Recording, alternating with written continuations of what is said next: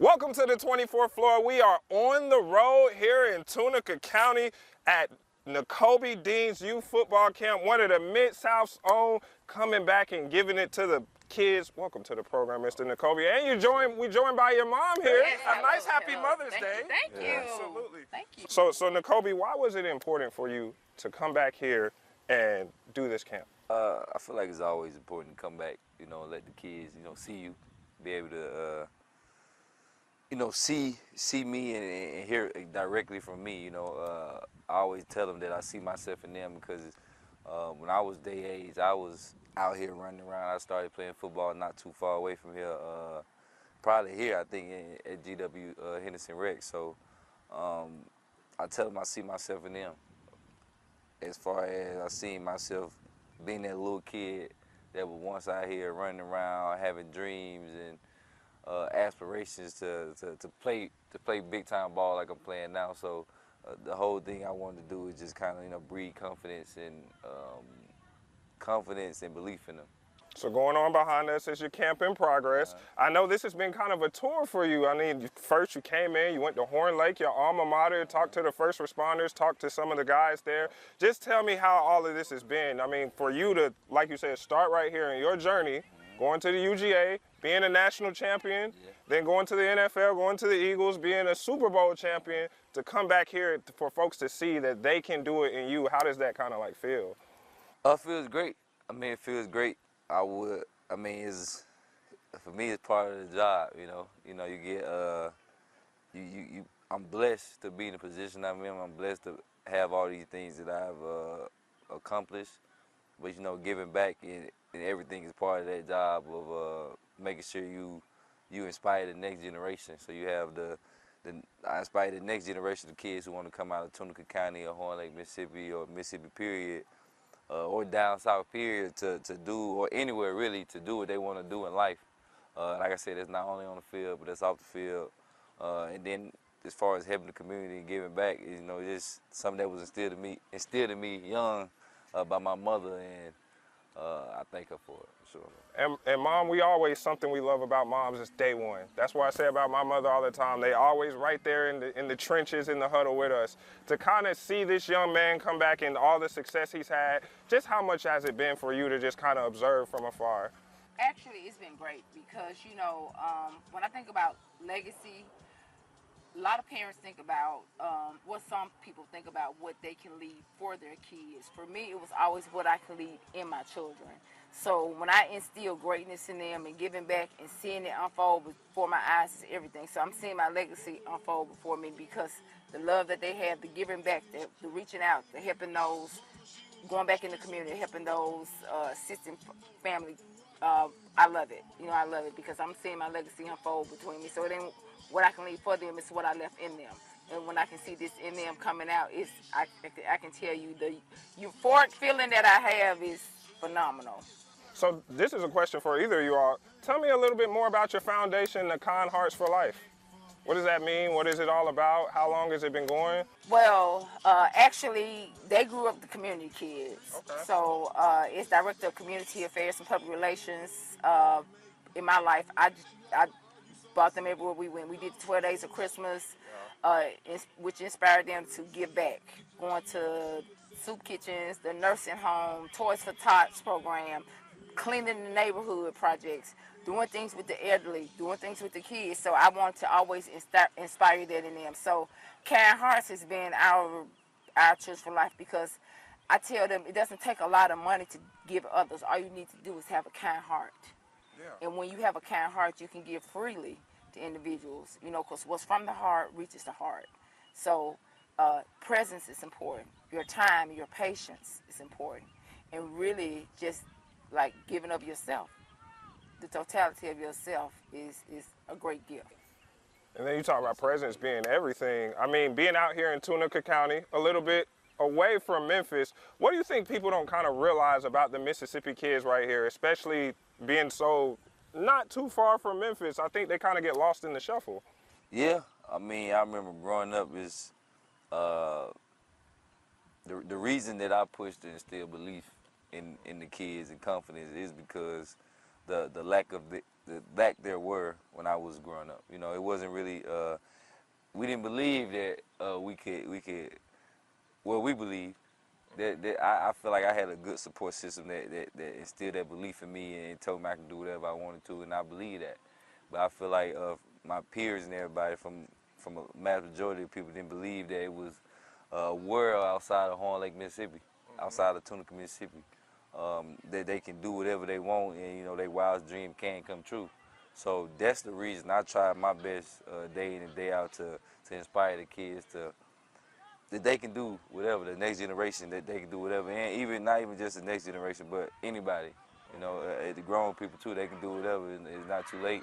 It's just as long as you put in the work and got the right mindset with it, yeah. How's it been talking to some of the kids and everything? Seems like we got a good number. We got like 200 kids behind us and everything. So how's it been? It's always fun talking to the kids. You know, if I get through to one of them, then I got through to enough. And it's always fun answering their questions, all the crazy questions they got. It's always fun. Ultimately, what do you want kids to take away from something like this? I mean, not to continue to repeat myself, but that they can do whatever they want to do. And, you know, and as long as they put in the right type of work, have the right type of passion, the right type of energy towards what they want to do, they can do it. And they can not only do it, but with flying colors.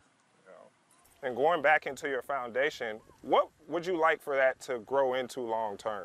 Because an event like this is something, I don't know, maybe it's something you could do every year and everything and continue to inspire that next generation. What is like the long-term vision for Kind Hearts for Life? Well, actually, we have done it every year since he's been in the league. Okay. And to continue, it grows more. We have volunteers to sign up. We have, when parents reach out and say, oh, it was so great. Oh, my son was so happy. He met your son. And we're always a little taken back when they say, oh my God, your son was actually here. And we're thinking, yeah, you know, we're hands-on. We bring it in the community. We're doing it so we're hands-on. So we would like for it to just continue to grow, to continue to reach out. We love partnering with other organizations. So we don't feel like team is like one person, one individual. We come together and make a great heartbeat. You know, so we love partnering with other organizations to make it big, to do things for keep the community going, to keep it going. You know, especially in these days, people need people, and if we can help and assist in any matter, we want to do this. So we want to just continue to grow what we have going on right now. What do you got coming up in the pipeline? July the 11th, actually, we're doing a back-to-school giveaway. We're going to have 1,000 backpacks filled with school supplies, and it's for kids in the Mid-South area. So Tunica, Horn Lake, South Haven, all the surrounding areas, Memphis. We're looking for partnerships right now, so to match that 1,000 backpacks filled with school supplies that we may have, and, you know, it may be Heartland. You know, we're working with them right now to see if we can get it matched. And we're going to have dental. Dental is going to be set up where we're going to give the dental supplies, but they'll be able to get free cleanings, make appointments for free cleanings. We're going to have doctors out there giving back-to-school physicals, and also other doctors giving health screenings. So we have a big day planned for July the 11th. It's the back-to-school community resource fair, especially with school starting in Mississippi July 31st. Yeah. Starting early, so it's going to be July the 11th in Horn Lake. Has it always been like that with school starting that early? I think I started like in August, August 7th or so when I was here, so I don't know. It's different to me. Yeah. Moving a little bit back to the camp, so I noticed out here it's also members of the high school football team, and I know you talked to Horn Lake High School. Just kind of what some of the things they've asked you about, because they're more closer to that level of hopefully playing college football, hopefully being Division I like yourself. What's kind of some pointers you've given to them, especially in this NIL world now where everything is way more important, you know? I mean, for the most part, a lot of guys don't ask me about how it was to make it in college. They live in the present moment, and they ask me about what the things I did when I was their age, when I was in high school, to better myself and separate myself from the pack. So just talking through that with them, and being 100% real, because I mean, I know like I said, I grew up in Horn Lake, Mississippi, so I know everything, all the vices and everything that they go through from head to toe. I know all of that, so yeah, we can be real and have real conversations. Yeah, I gotta ask you, man. Me being an Atlanta guy from Georgia, you know, around there they be saying DGD, Yeah. and I'm standing right here with one of the best DGDs. Tell me what made you pick Georgia, man? It was a good feeling. I had prayed to God. I asked him to give me like a little sign or something, and then I don't know. It just kind of was a gut feeling. Yeah. They can't. If I don't know if people know my recruitment story, but that's a story for another time. But I waited to the last day to decide. Yeah. And yeah, I ended up choosing Georgia because it was my gut, and I couldn't go against my gut.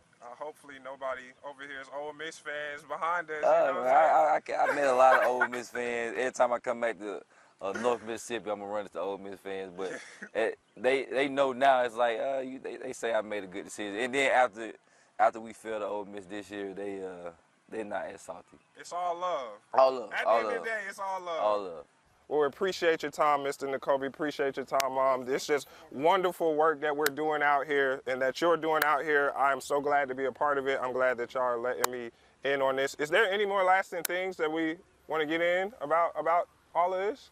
Well, I'll tell you, you can go and follow us on Instagram, on social media. It's KH4L Foundation.org. So that's KH, the number 4L Foundation.org. You can follow us on there to see upcoming events, to see what we're doing. You can email us if you want to be a part and you have ideas. We're constantly growing, so please join us there. Follow us, Kind Hearts for Life, the number 4, Life, LYFE. That's how you do it. I'm like that too. I put the signs and the gestures and everything. All right, this is Richard Denson here at the 24th floor here at the Nakobe Dean Youth Football Camp, signing off here from Tunica County.